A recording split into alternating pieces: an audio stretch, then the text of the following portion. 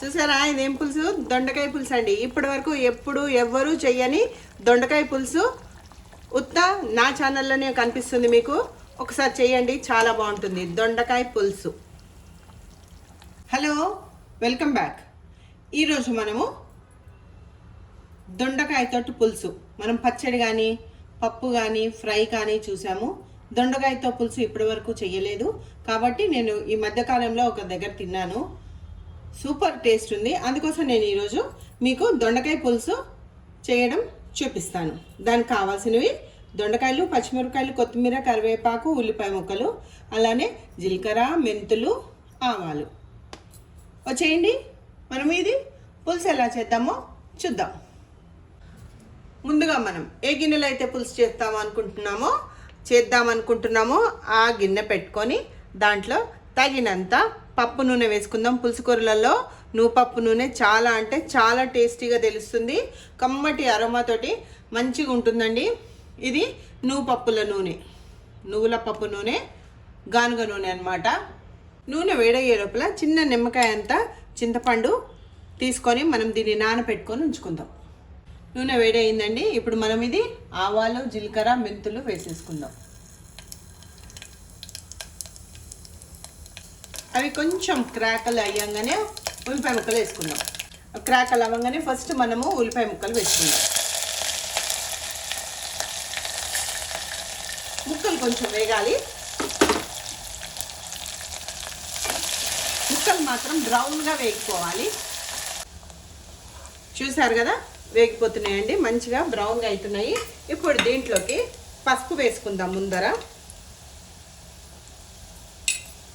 అలానే పోపులోనే మనము జీలకర్ర అలానే మెంతులు కలిపి పొడి చేసి పెట్టుకుంటాము, ఆ పౌడర్ వేసుకుందాము, ఒక చిన్న స్పూను. అలానే మనము పచ్చిమిరపకాయలు, కరివేపాకు, కొత్తిమీర కూడా వేసేసుకుందాము. పచ్చిమిరపకాయలు, కరివేపాకు, అలానే కొత్తిమీర.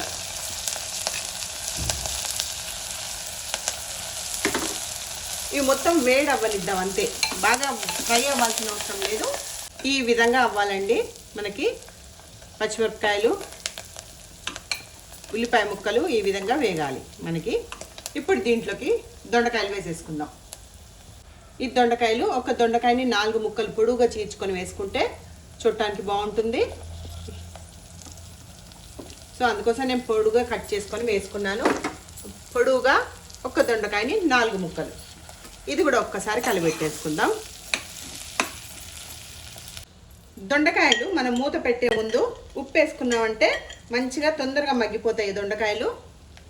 ఉప్పు వేసేసుకుందాం. ఉప్పు మొత్తం కలిసేటట్టు ఒక మారు కలిపెట్టి మూత పెట్టేసుకుందాం. ఒక హాఫ్ వరకు మగ్గాలి.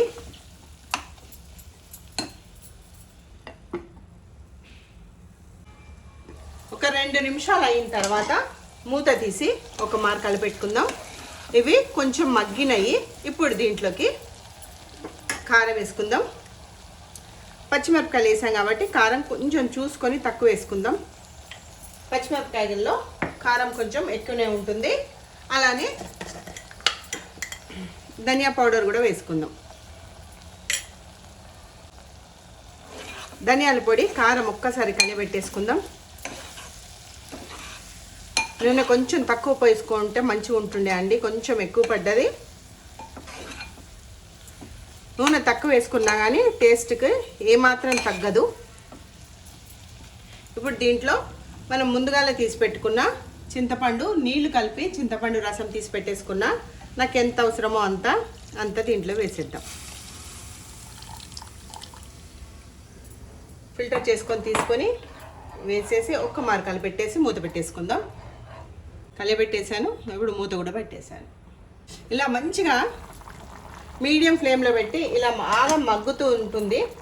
అప్పుడు ఒక మారు కలిపెట్టేసుకుందాం. మంచి గుమగుమలాడుతుందండి, మంచి అరోమా ఇస్తుంది. పులుసు వేసినాం కాబట్టి దీంట్లో బెల్లం వేద్దాం. ఒక గ్లాసెడ్ బెల్లం వేయాలి. ఒక మారు కలిపెట్టేసి సిమ్లో ఒక 3 నిమిషాలు ఉంచి ఇంకా దించేసుకోవడమే. ఒక్క 2 నిమిషాలు ఇట్లా మూత తీసుకున్నాక నూనె పైకి తేలిందంటే పులుసు అయిపోయినట్టండి. కమ్మని దొండకాయ పులుసు రెడీ.